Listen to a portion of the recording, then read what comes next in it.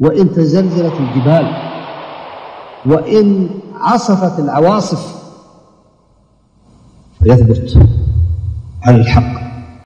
Au nom d'Allah, le tout miséricordieux, le très miséricordieux, la louange se doit à Allah, le Seigneur des univers, et que l'éloge et le salut soient sur le messager d'Allah, sur sa famille, ses compagnons et tous ses suiveurs avec bienfaisance jusqu'au jour de rétribution.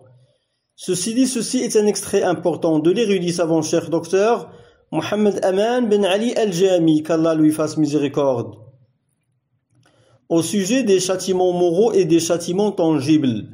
Le cheikh rahimahullah dit: si le serviteur se détourne d'Allah le Très-Haut et qu'il ne se dirige pas vers lui, ni il ne lui voue le culte exclusif, Allah se détourne de lui et il l'abandonne à sa propre personne. Par conséquent, le serviteur tâtonne. Cette punition, qui consiste à ne pas lui accorder le succès et à le livrer à ses passions, il se peut qu'il n'en ressente pas la douleur ni le préjudice, parce qu'elle est en accord avec son désir et sa volonté. Or, en réalité, elle fait partie des grandes punitions. Pourtant les gens diffèrent. En ce qui concerne celui dont le cœur est vivant, il ressent la douleur de cet abandon, du manque d'adoration, de ne pas s'orienter vers Allah, de la froideur de la foi et du délaissement. Ce type ressent que c'est bel et bien une punition. Il ressent le manque d'adoration vers Allah. C'est parmi les grandes punitions. Quant à celui dont le cœur est mort, il ne ressent rien de cela. Comme dans un vers de poésie, la blessure ne fait pas mal au mort. Fin de citation. Celui qui ressent la douleur est l'homme vivant. Le mort ne ressent plus la blessure. Certaines personnes, quand Allah les éprouve par les bienfaits et qu'il leur ouvre toutes les voies, tout en vivant dans ces bienfaits, ils se détournent d'Allah, ils oublient le Seigneur des univers et ils ne ressentent pas cela comme une punition. Or, c'est un châtiment atroce. Le second type de punition est celui des châtiments douloureux, c'est-à-dire ceux qui sont tangibles.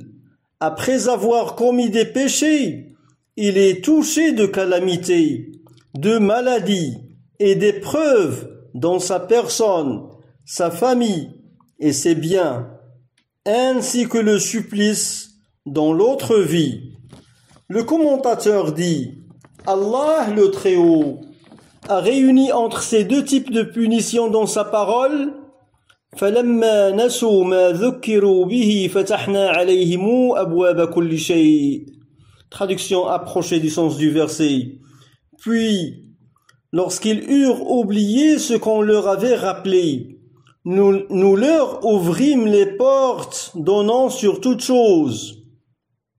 L'oubli ici a le sens de l'abandon, c'est-à-dire lorsqu'ils eurent abandonné ce qu'Allah a enjoint, qu'ils se détournèrent d'Allah et du rappel, nous leur ouvrîmes les portes de toutes choses afin de les attirer vers leur perte.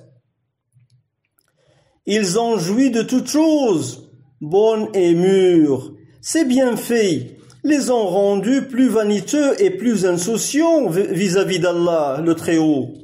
Ceci est donc la première punition dans le verset.